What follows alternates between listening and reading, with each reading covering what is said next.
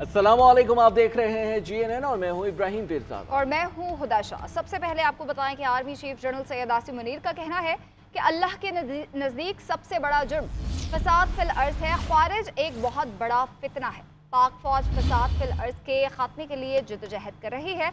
उलमा को चाहिए कि एतदाल पसंदी को मुआशरे में वापस लाएं और फसाद फिल अर्ज़ की नफ़ी करें। किसी ने पाकिस्तान में इंतशार की कोशिश की तो हम उसके आगे खड़े होंगे। हम लोगों को कहते हैं कि अगर एहतजाज करना है तो ज़रूर करें, लेकिन पुरअमन रहें। इस्लामाबाद में नेशनल उलमा कन्वेंशन से खिताब करते हुए आर्मी चीफ ने मजीद कहा कि किसी की हिम्मत नहीं जो रसूल पाक सल्लल्लाहु अलैहि वसल्लम की शान में गुस्ताखी करे, जो शरीयत और आइन को नहीं मानते। हम उन्हें पाकिस्तानी नहीं मानते। सोशल मीडिया के जरिए इंतशार फैलाया जाता है। जो ये कहते थे कि हमने दो कौमी नज़रिए को खलीज बंगाल में डुबो दिया, वो लोग आज कहाँ हैं?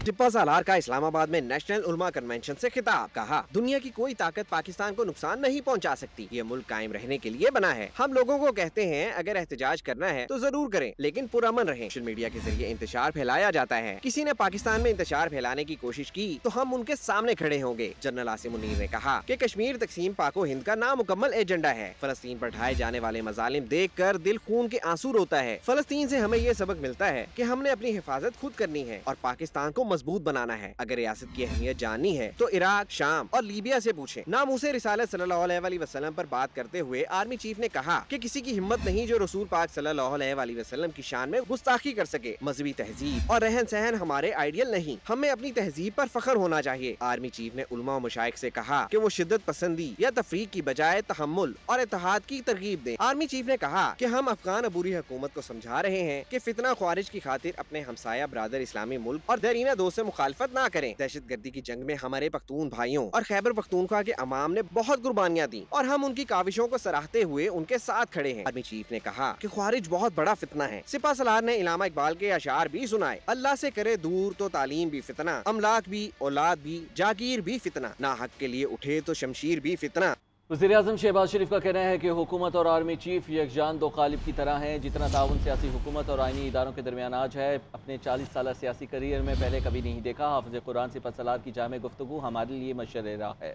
इस्लामाबाद में नेशनल उलमा कन्वेंशन से खिताब करते हुए वज़ीर-ए-आज़म ने कहा कि 9 मई से ज़्यादा दिलखराश वाक़या पाकिस्तान की तारीख में नहीं हुआ।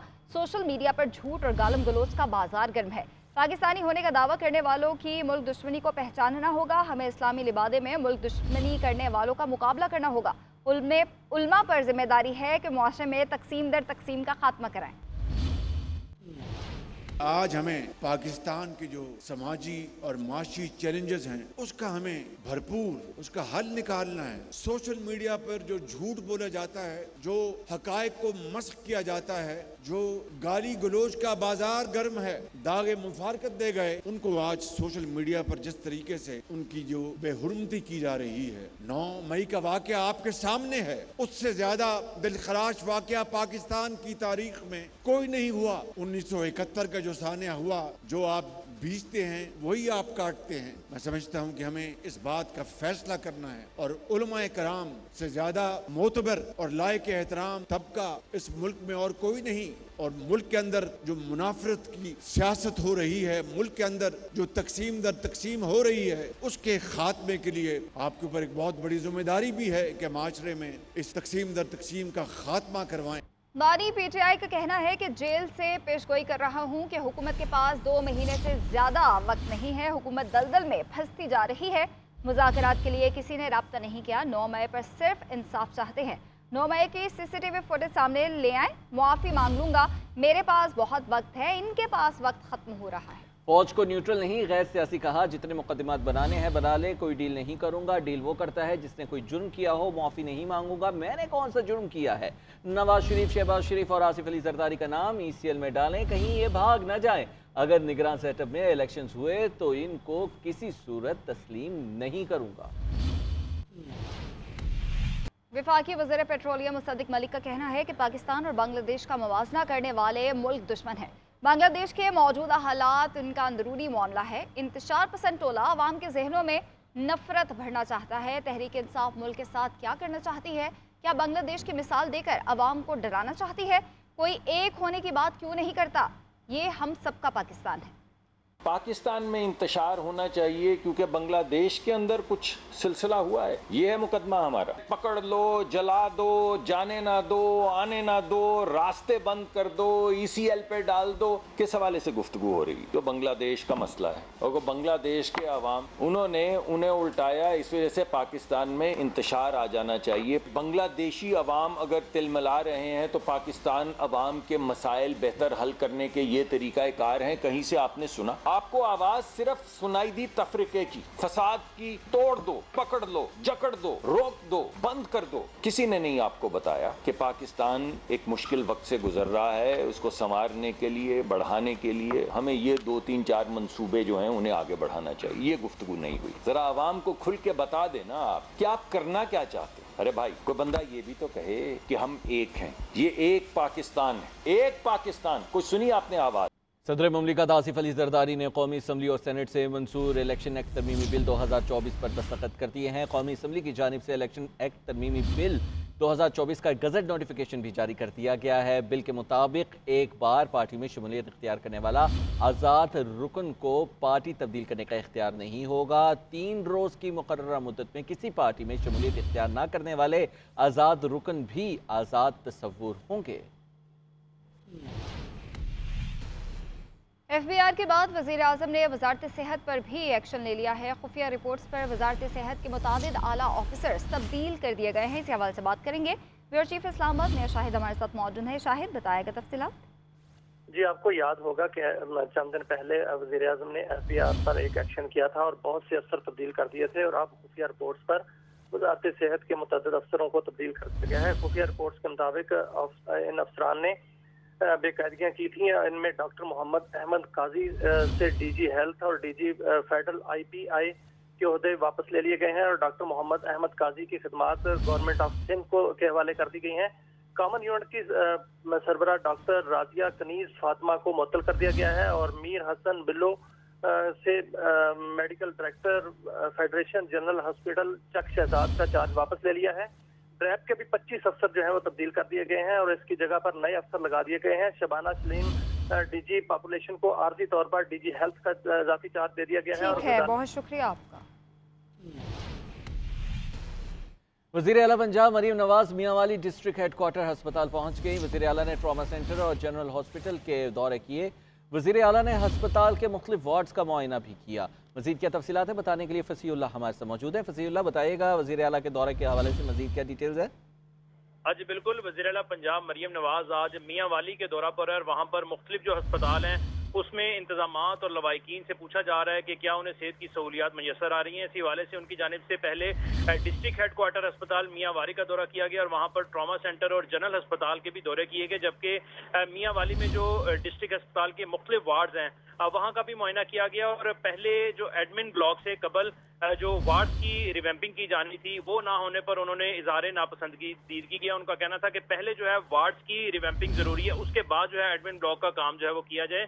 उन्होंने अच्छा साफ सुथरा माहौल सबसे पहले मरीजों को फराहम करने पर जो है मुतलका जो इंतजामिया थी उसको हिदायत जारी की, जबकि वज़ीर आला ने कंसल्टेंट डॉक्टर्स की गैर हाजिरी की शिकायत के बारे में भी दरियाफ्त किया। वज़ीर आला मरीम नवाज ने 2 माह कबल जो है वो अस्पताल के अमले की मुबैना गफलत से लवारिस मरीज की हलाकत के बारे में भी दरियाफ्त किया, जबकि उन्होंने ट्रॉमा सेंटर का अचानक दौरा किया और मरीज से एक्सरे के पैसे लेने की शिकायत पर फौरी रिपोर्ट जो है वो तलब की गई। जबकि वज़ीर आला का अंडर ट्रेनिंग डिस्पेंसरीज की तरफ से जो वजीफा देने की दरख्वास्त है उस पर भी गौर करने का जो है वो वादा किया गया, जबकि ट्रॉमा सेंटर में procedure room, minor operation theatre, female medical emergency और पीड्स वार्ड का जो है मुआयना किया गया। उन्होंने जो है इमरजेंसी में काफी देर से इलाज के मुंतजिर बच्चे के लिए खुद पर्ची बनवाई और इलाज शुरू करवाया। जी, बहुत शुक्रिया आपका।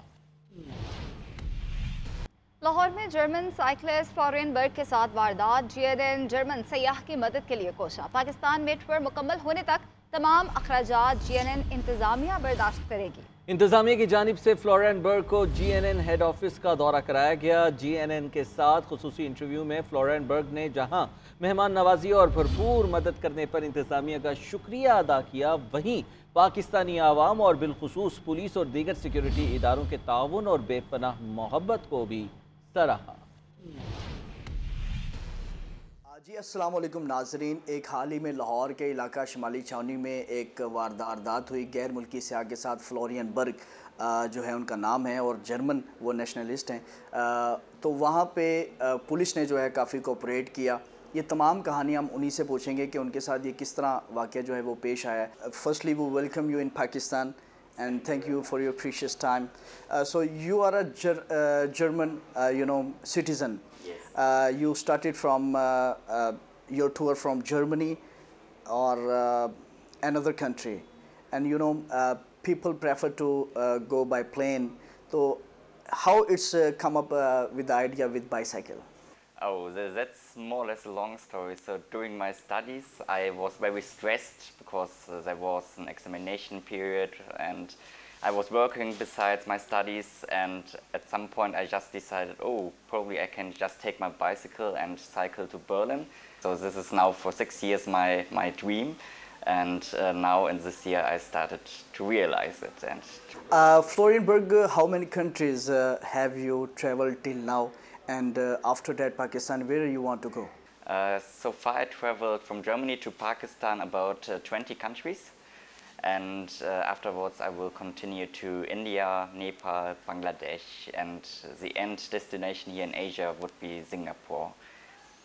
But then I continue to Australia, New Zealand, America, Africa, so more or less each continent. How many kilometers have you traveled? And sometimes you on a bicycle had any distance it's punctured bicycle, or sometimes you felt hungry and do nothing to eat for a long distance? Of course, the most challenging part was in Uzbekistan in the desert. There was a distance of 300 kilometers with nothing, with no shops, with no water sources. Tell me, how many days you targeted to complete your tour? About 65 countries, and the total duration is 2.5 years. So 2 years and 1 month is remaining. So it's more or less just the beginning of my tour. How do you manage long distance? Oh, I think it's just a thing of training. You have to cycle every day, and then you start increasing the distances, and after a while you're just used to it. And afterwards you don't think about it, and you don't have pain or something like that. You just cycle and enjoying the environment. And I mean, I really like the thing of cycling in combination with, for example, camping. Most of the time I'm doing camping, and this combination gives me really a kind of freedom feeling, because I'm not stick to any deadlines or locations. I can go wherever I want, and it's a really great feeling. There are good and bad people everywhere around the world. Unfortunately, an incident happened with you in Lahore, and it's a good thing we hear all your belongings returns to you. All the people who are working on this case, and they worked days and nights, and I'm really happy that they were able to recover my things. Would you give a message to our people? I just want to thank you for all your kindness, for your hospitality, for all the people I was invited, who gave me a place for sleeping, who offered me dinner, lunch, drinking. The first question was always, do you need something? When I was cycling, they just started to talking, do you need something? And thank you so much. When we heard about this incident happened with you, especially GNN News family and the owner of GNN News, they want to sponsor you remaining your tour. They want to accommodate you. So what do you say to him about this? It's an incredible offer. So I'm kind of overwhelmed, because I didn't expect it that. And also in this case, I'm really grateful for this offer, and thank you.